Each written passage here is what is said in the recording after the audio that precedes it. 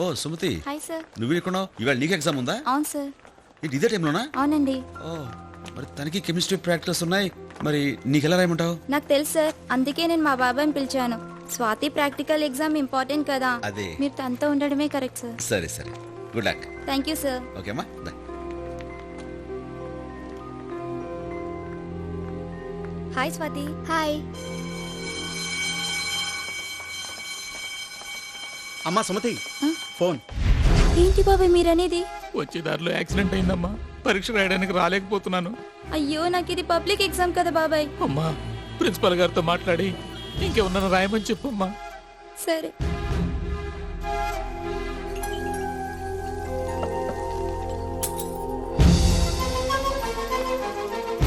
ఎక్కడికమ్మా? లోపల సార్తో పనుంది సార్. ఎగ్జామ్ జరుగుతుంది, వెళ్ళడానికి వీల్లేదు. సార్ ఇది నా లైఫ్ కి సంబంధించింది సార్. లేదమ్మా, కుదరదు. Please sir. కుదరదు. ఎగ్జామ్ స్టార్ట్ అవడానికి ఇంక 5 నిమిషాలే టైం ఉంది. నేనేం చేయని చెప్పు. కాలేజీ స్టాఫ్ రాయడానికి రూల్స్ ఒప్పుకో. ఓ పంచే, బయట ఎవరినైనా అడిగి చూడు, నేను పర్మిషన్ ఇస్తాను. Sir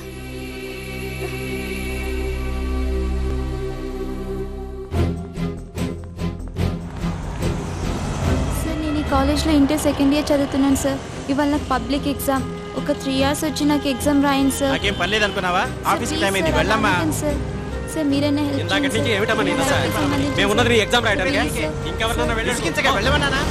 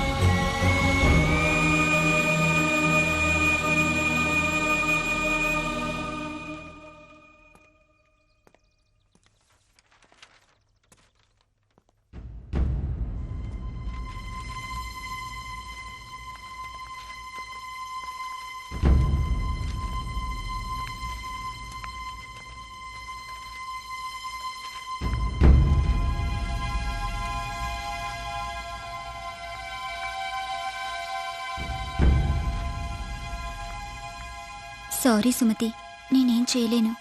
madam madam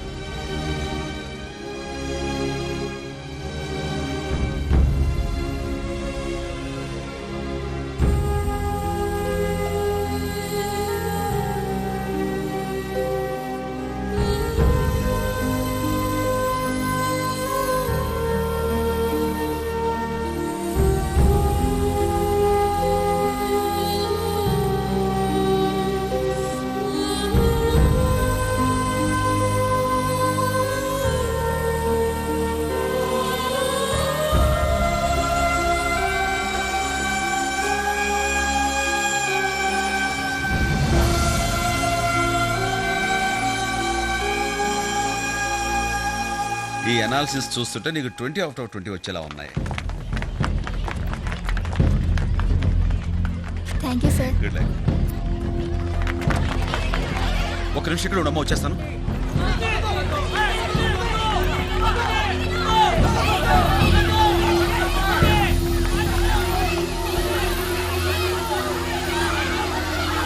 Sumathi!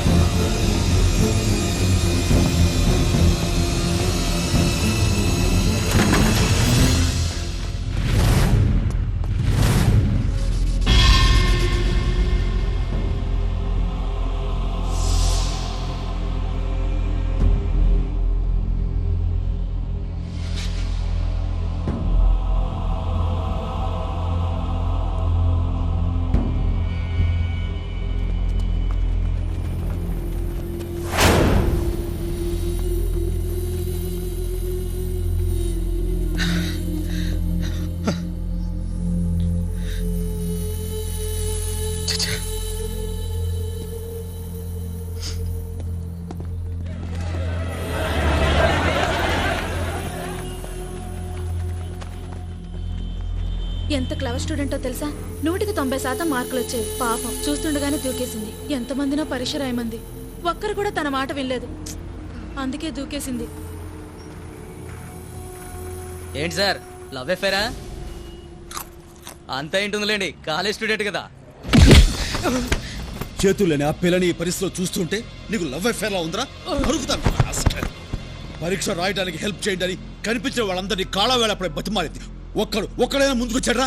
రాలేదు. కామెంట్ చేస్తున్నారు. అసలు మనసు ఎలా వచ్చిందిరా? ఉదయాన్నే 9 గంటలకు ఆఫీస్కి వెళ్ళటం, 6 గంటల ఇంటికి వచ్చి తలుపేసుకుని టీవీలకు అతుక్కుపోవడం. 24 గంటలు మీ గురించి మీ ఫ్యామిలీ గురించి తప్ప ఇతరుల గురించి ఆలోచిస్తారా? ఒక నిమిషమైనా ఆలోచించరు. ఎదురు వాడికి సాయపడడానికి మీకు టైం ఉండదు, కానీ ఎవరైనా చనిపోతే ఇలా ఎగబడి వినోదం చూడడానికి మాత్రం మీకు టైం ఉంటుంది. సిగ్గుచెట్టు. ప్రమాదంలో తన 2 చేతులు పోయినప్పుడు కూడా తను చనిపోవాలనుకోలేదు. ఎందుకో తెలుసా? చేయూతునిచ్చే మనుషులు తన చుట్టూ ఉన్నారన్న ధైర్యంతో, నమ్మకంతో. ఈ రోజు మనందరం కలిసి ఆ నమ్మకాన్ని దెబ్బతీసి చేయూతులా చంపేశాం. మనం అంతా కలిసి చంపేశాం. ఏం జరిగిందన్నయ్య?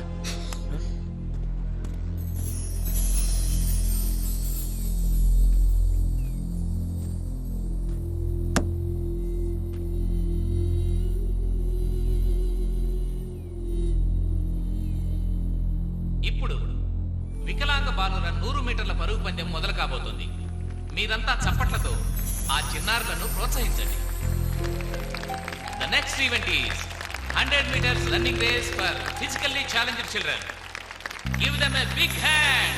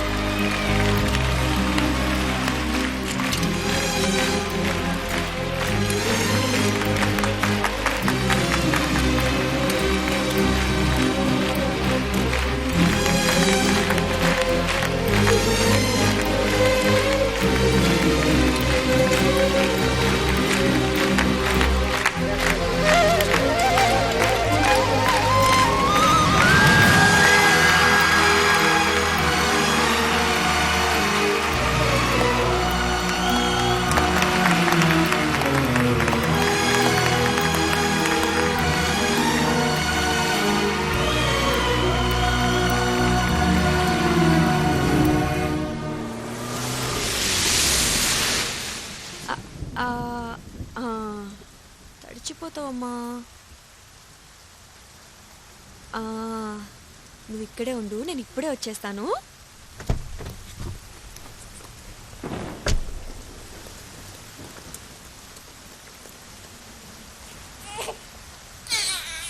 ఎక్స్క్యూజ్ మీ, కొంచెం త్వరగా ప్యాక్ చేయండి, కార్లో పాప ప్లీజ్.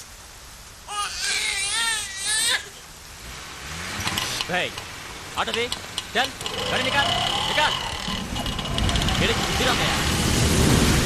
నో పార్కింగ్ ఉన్న ఈ కార్ వచ్చేసి మన పోలీస్ స్టేషన్ తీసుకురండి.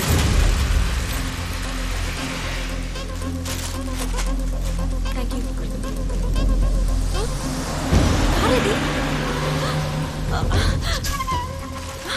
పాప, నా పాప ఎక్కడి? నా కార్ ఇది. ఇప్పుడే ట్రాఫిక్ పోలీసులు తీసుకెళ్లారమ్మా. ఆటో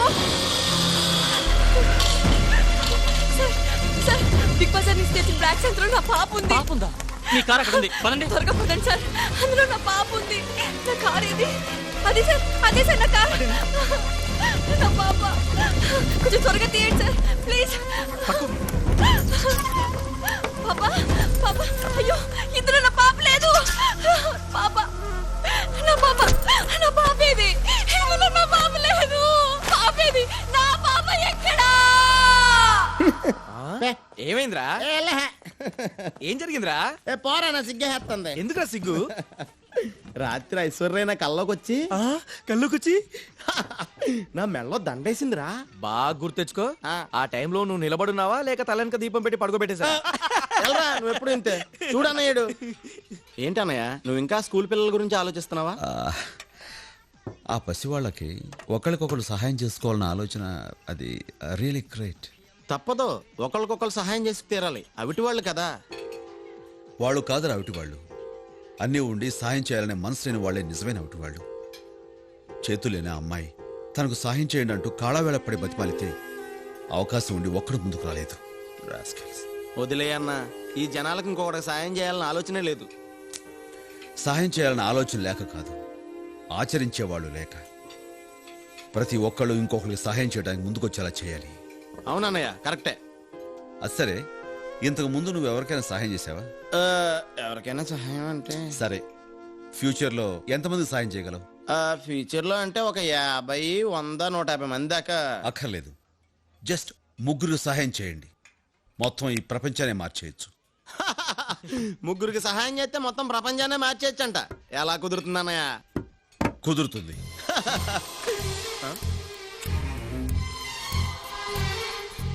ఇది నేను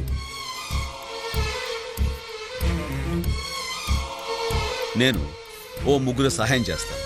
ఆ 3 దగ్గర నుంచి నేను థ్యాంక్స్ కోసం ఎదురు చూడకుండా తలా 3కి హెల్ప్ చేయమంటాను. అలా 3గా పెరిగి చివరికి ప్రతి ఒక్కరిలోనూ ఎదురువాడికి సాయం చేయాలి అనే ఆలోచన పుడుతుంది.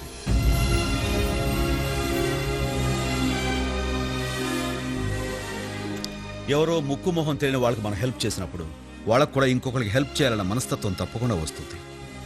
ఈ ప్రపంచంలో మనిషికి సాయపడేది ఆ దేవుడు కాదురా, మనిషికి మనిషే సాయపడాలి. కరెంటు గానీ బల్బు గానీ ఆ దేవుడు కనిపెట్టలేదు. ఇంటర్నెట్ దగ్గర నుంచి ఇడ్లీ కుక్కర్ వరకు అన్నీ మనిషే కనిపెట్టాడు. మనిషి తలుచుకుంటే ఏదైనా సాధించచ్చన్న నమ్మకం నాకుంది. అన్నయ్య, ఈ పాప ఎవరు? నిన్న నేను అక్క బిగ్ బజార్కి వెళ్ళాం.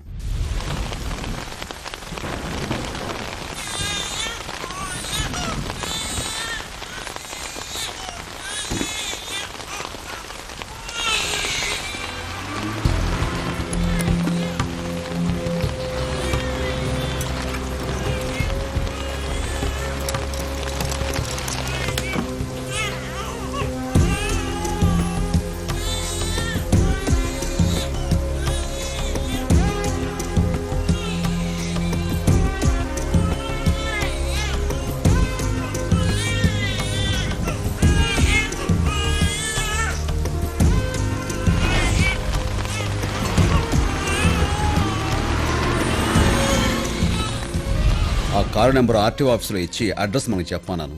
ఎనీ టైం ఫోన్ రావచ్చు. అక్కడి నుంచి.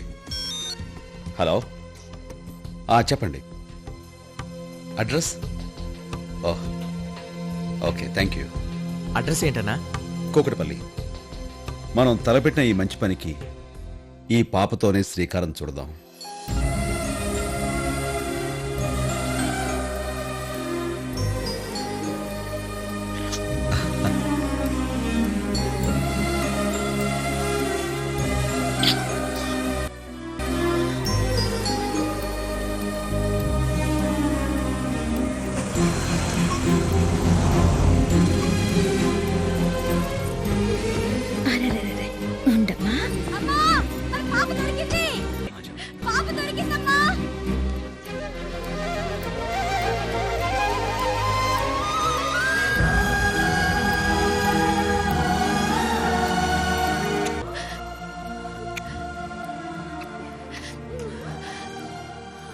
మా వాడికి పెళ్ళైన 7 ఏళ్లకు పుట్టిన బిడ్డ సార్.